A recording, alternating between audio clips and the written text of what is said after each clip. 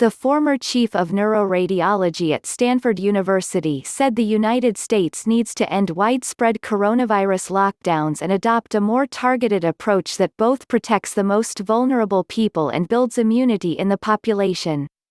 In an op-ed published in The Hill, Drive, Scott Atlas laid out some key facts he believes policymakers are ignoring about the pandemic and called for leaders to ignore the panic when making decisions. Tens of thousands of Americans have died, and Americans are now desperate for sensible policymakers who have the courage to ignore the panic and rely on facts, Atlas wrote. Leaders must examine accumulated data to see what has actually happened, rather than keep emphasizing hypothetical projections. Combine that empirical evidence with fundamental principles of biology established for decades, and then thoughtfully restore the country to function.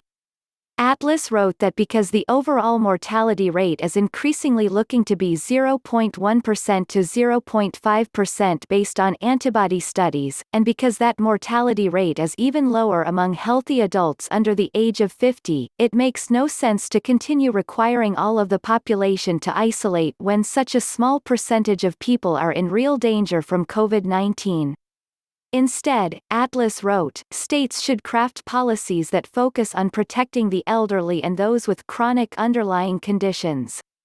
Targeting that segment of the population, although it's smaller, will have the greatest impact on minimizing hospitalizations and reducing deaths. Mass lockdowns are not only unnecessary, but they are actively delaying the process that must occur in order for things to return to normal, Atlas believes. Without a vaccine or proven treatment, the only way to get past the COVID-19 outbreak is to develop herd immunity.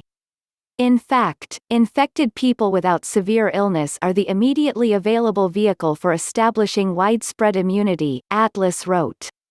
By transmitting the virus to others in the low-risk group who then generate antibodies, they block the network of pathways toward the most vulnerable people, ultimately ending the threat. Extending whole population isolation would directly prevent widespread immunity from developing. Atlas also pointed out that people are suffering and dying because hospitals have stopped procedures deemed non-essential, which can prevent the diagnoses of life-threatening illnesses and delay treatment for other conditions.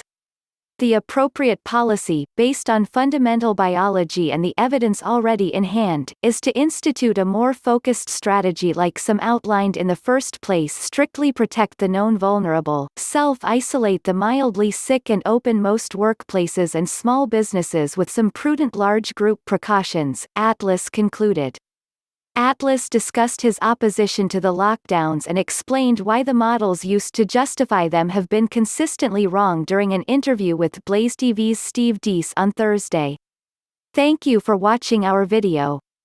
Please show your support by subscribing to our channel and turn on the notification. Follow us on Twitter, Instagram, Facebook and Reddit for more videos.